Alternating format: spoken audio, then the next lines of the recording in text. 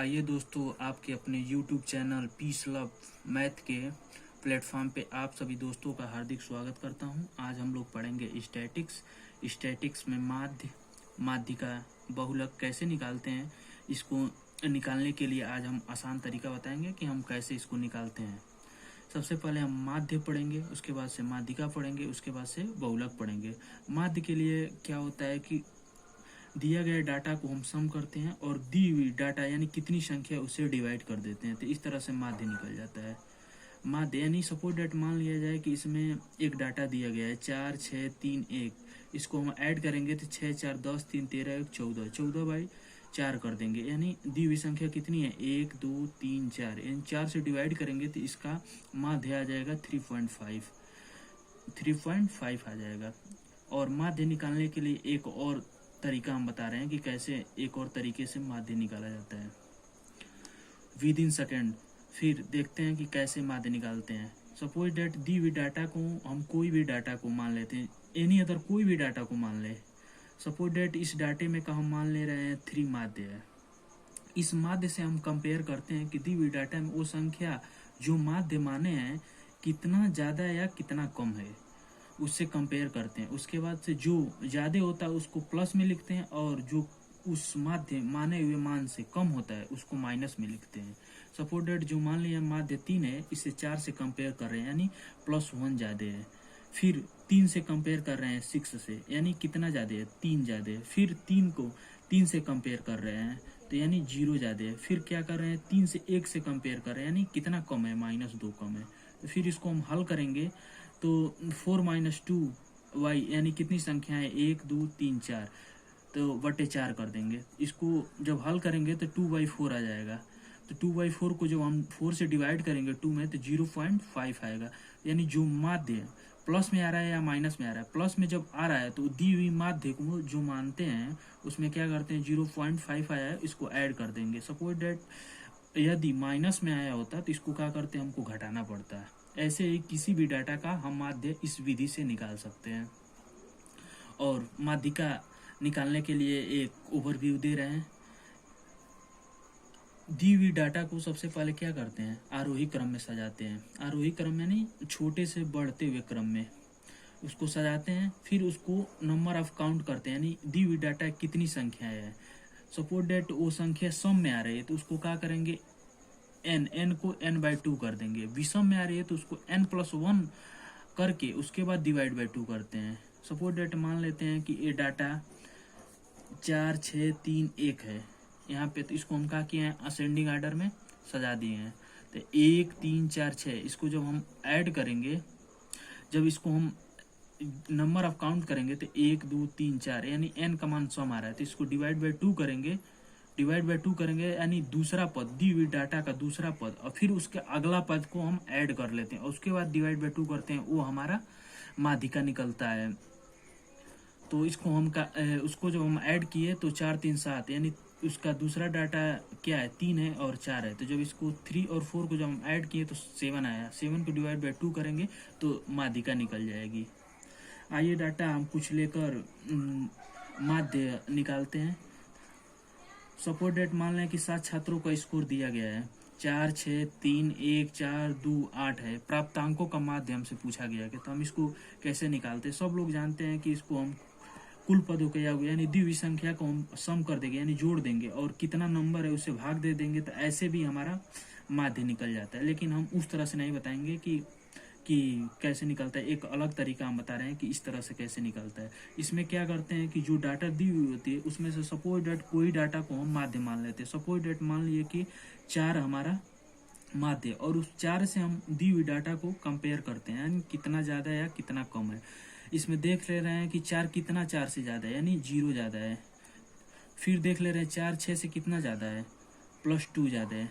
फिर इसको 4 से 3 से कंपेयर कर रहे हैं कितना ज़्यादा या कितना कम है यानी -1 कम है। फिर 4 को 1 से कंपेयर कर रहे हैं तो कितना ज़्यादा या कितना कम है -3 कम है। फिर इसको +4 से 4 में कंपेयर कर रहे हैं तो कितना ज़्यादा या कितना कम है यानी 0 ज़्यादा 0 है। उसमें फिर 4 को 2 से कंपेयर कर रहे हैं तो कितना ज़्यादा कितना कम है यानी -2 कम है। फिर 4 को 8 से जब हम कंपेयर कर रहे हैं तो कितना ज़्यादा है और कितना कम है, +4 ज़्यादा है। तो इसको हम क्या करेंगे, दी हुई डाटा को फिर हल करेंगे। तो यानी प्लस वालों को एक जगह लिख लेंगे या माइनस वालों को एक जगह लिख लेंगे। अगर वह डाटा प्लस में आ रहा है तो दी हुई डाटा यानी जो माध्य मानते हैं उसमें ऐड कर देते हैं। सपोज दी हुई डाटा माइनस में आया है तो उसमें दी हुई माध्य में हम माइनस कर देते हैं। ऐसे दी हुई डाटा को हम जब हम 2 और प्लस वाले को एक जगह ऐड कर रहे हैं, 2 और 4 को तो 6 आ जा रहा है, और माइनस वाले को ऐड कर रहे हैं तो ये भी 6 आ जा रहा है। यानी दी हुई डाटा हमारा जो माने वो एकदम सटीक बैठ रहा है, वही एकदम उसका माध्य हो जाए, ना कोई ज्यादा हो रहा है ना कोई कम हो जाए, यानी इसका माध्य 4 हो जा रहा है। इसका आंसर माध्य 4 आ जाएगा। आइए दोस्तों एक और डाटा ले रहे हैं और इसी डाटे पे हम माध्यिका निकालते हैं। माध्यिका कैसे निकालते हैं इसके बारे में बताते हैं। माध्यिका दिया गया है 7 छात्रों का स्कोर 4, 6, 3, 1, 4, 2, 8 है, तो प्राप्तांकों का माध्यिका बताइए। तो इसमें क्या करेंगे कि देख लेंगे n का मान कितना है, यानी n का मान विषम है। तो विषम में क्या करते, इसमें दिया गया डाटा विषम है तो विषम के लिए क्या करते हैं, n+1 कर देते हैं। तो n+1 कर देते हैं, और जो दी हुई डाटा होती है उसको हम क्या करते हैं, असेंडिंग आर्डर यानी आरोही क्रम में सजा देते हैं। तो जैसे 4, 6, 3, 1, 4, 2, 8 है, तो इसको हम क्या करेंगे, असेंडिंग आर्डर यानी आरोही क्रम में सजाएंगे। तो सबसे पहले 1 आएगा, उसके बाद से 2 आएगा, 3 आएगा, 4 आएगा, 4 आएगा, यानी एक संख्या 2 बार रिपीट हुई तो फिर उसको लिख लेंगे। फिर 6 आएगा, 8 आएगा, तो इसको हम असेंडिंग आर्डर यानी आरोही क्रम में सजा दिए।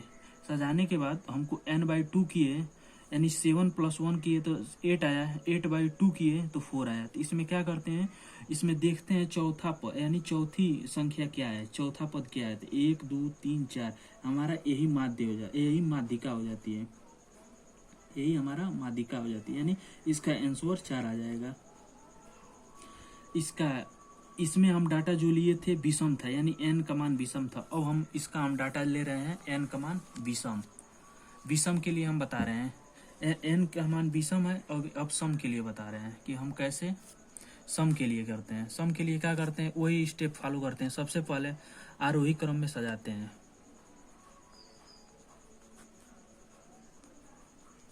आरोही क्रम में सजाते हैं तो सबसे पहले क्या आएगा, 1 आएगा, 1 के बाद क्या आएगा, 2 आएगा,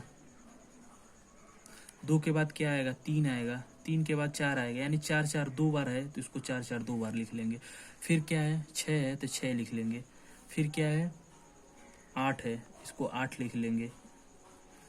अब नंबर ऑफ काउंट कर रहे हैं, 1, 2, 3, 4, 5, 6, 7, 8, यानी 4 बार 3 टाइम रिपीट हुआ है तो इसको 1 बार और लिख लेंगे। ये इसको हम आरोही क्रम में सजा दिए, यानी n का मान सम आ रहा है। इसको क्या करेंगे, n का मान सम है, इसको क्या करेंगे हम /2 करेंगे। तो 8 को जब 2 से भाग देंगे तो यानी 4 आएगा। तो अब क्या करेंगे, 4 इसमें चौथा पद और प्लस 5वां पद /2 करेंगे तो इसमें माध्य निकालता है। विषम में क्या होता है कि जब n का मान विषम होता है उसमें n+1 कर देते हैं, और क्या करते हैं कि जब सम आ जाता है तो उसको हम /2 कर देते हैं, उसमें वही डाटा ले लेते हैं। जैसे 4 आ गया था तो 4 ले लिए थे। इसमें क्या करते हैं कि जब n का मान सम है तो उसमें क्या करते हैं कि 2 से डिवाइड करते हैं तो 4 आ गया। तो इसमें क्या करेंगे, इस डाटा में जो आरोही क्रम में सजाए हैं तो चौथा पद कौन सा है, 1, 2, 3, 4, यानी चौथा पद ए है। फिर उसका अगला पद ले लेते हैं, यानी चौथा प्लस 5वां पद, यानी 4th चौथा प्लस 5वां पद ले लेते हैं, उसको /2 करते हैं। तो इसमें क्या होगा कि 4+4 लेंगे, 4+4 लेंगे और उसको /2 करेंगे तो यानी 8/2 आ जाएगा। तो इसका माध्यिका 4 आ जाएगा।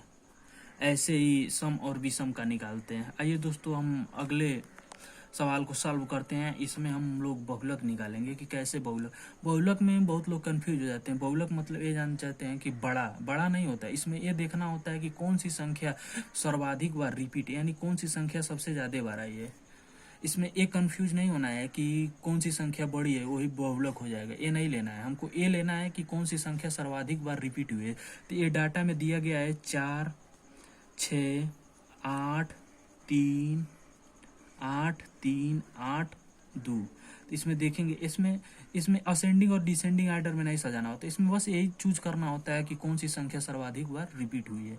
यानी देख ले रहे हैं 4 कितनी बार रिपीट हुए, 1 2 1, यानी 4 एक बार रिपीट हुआ है। फिर देख लेंगे 6 कितनी बार रिपीट हुआ है, यानी एक बार रिपीट हुआ है। फिर देख लेंगे 8 कितनी बार रिपीट हुआ है, 1 2 3, यानी 8 3 बार रिपीट हुआ है। फिर 3 देख लेंगे कितनी बार रिपीट हुआ है, यानी 2, यानी 2 बार रिपीट हुआ। 2 कितनी बार रिपीट हुआ, 1 बार, यानी सबसे रिपीट ज्यादा बार संख्या कौन हुई है, 8, तो इसका बहुलक हो जाएगा 8, इसका आंसर 8 हो जाएगा। आइए दोस्तों, हम इसी डाटा को लेकर विचरण यानी प्रसरण ज्ञात करते हैं कि हम प्रसरण कैसे ज्ञात करते हैं। प्रसरण ज्ञात करने के लिए कुछ स्टेप्स होते हैं, उसको हम लोग फॉलो करते हैं।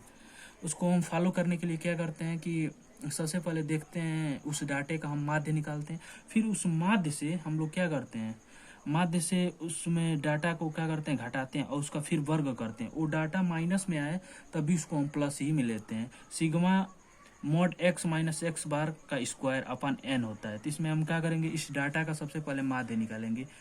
4 + 6 + 3 + 1 + 4 + 2 + 8, और कितनी संख्या है, 1 2 3 4 5 6 7, यानी डिवाइड बाई 7 करेंगे। तो जब हम इसको ऐड करेंगे तो 6 4 10 3 13 1 14 4 18 2 20 8 28, यानी इसका जब हम सम कर रहे हैं तो 28 आ रहा है। तो 28 यानी 28 और बटे 7 करेंगे तो इसको माध्य कितना निकल के आ जाएगा, 4 निकल के आ जाएगा।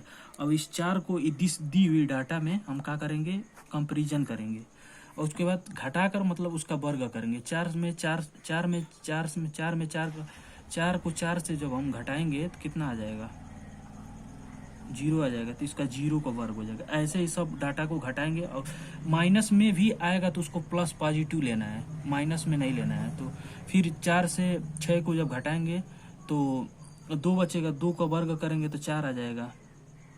फिर इसको हम हल करेंगे, फिर इसको हम हल करेंगे। 4 से 3 से कंपेयर कर कितना ज़्यादा कितना कम, 1 का वर्ग 1 ही हो जाएगा। फिर इसको हम क्या करेंगे, 1 और 4 में से घटाएंगे तो 3 का वर्ग 9 हो जाएगा। फिर 4 में 4 को जब हम घटाएंगे तो 0 आएगा, 0 का वर्ग 0 हो जाएगा। फिर 4 को 2 से 2 में 2 बचेगा तो 2 का वर्ग 4 हो जाएगा। फिर 4 को 8 से जब घटाएंगे तो 4 बचेगा, 4 का वर्ग करेंगे तो 16 हो जाएगा। अब इसको हम क्या करेंगे, ऐड कर देंगे और नंबर ऑफ संख्या से भाग दे देंगे। तो ये हमारा विचरण निकल जाएगा। इसी को हम प्रसरण कहते हैं। तो कितना हो जाएगा, 16 4 20 20 9 29 29 30 4 34 34 बाई 7 कर देंगे तो ये हमारा विचरण निकल कर आ जाएगा, विचरण निकल कर आ जाएगा। और 37/4 करेंगे तो 4.85 आ जाएगा। आइए दोस्तों, हम अगले क्वेश्चन को लेकर इसमें हम विचलन निकालने के लिए जानते हैं कि कैसे विचलन निकालते हैं। इसमें दिया गया डाटा 7 छात्रों का स्कोर दिया गया 4 6 3 1 4 2 8। बोला गया कि प्राप्तांकों का विचलन ज्ञात कर। तो विचलन के लिए सबसे पहले क्या होता है, इसमें हम क्या करते हैं कि माध्य निकालते हैं, माध्य निकालते हैं। उसके बाद से माध्य निकालने के बाद विचरण निकालते हैं, विचरण निकालते हैं। विचरण के बाद हम क्या निकालते हैं, विचलन निकालते हैं। 3 स्टेप्स होता है, 3 स्टेप्स फॉलो करने के बाद से हमारा विचरण निकलता है। तो हम अगले सवाल का ही डाटा लेकर हम बता दे रहे हैं इस क्वेश्चन को। इसका हम लोग विचरण निकालने थे, कितना आया था, 4.85 आया था। इसका हम लोग क्या करते हैं, विचलन निकालने के लिए इसका हम लोग स्क्वायर रूट ले लेते हैं, यानी 4.85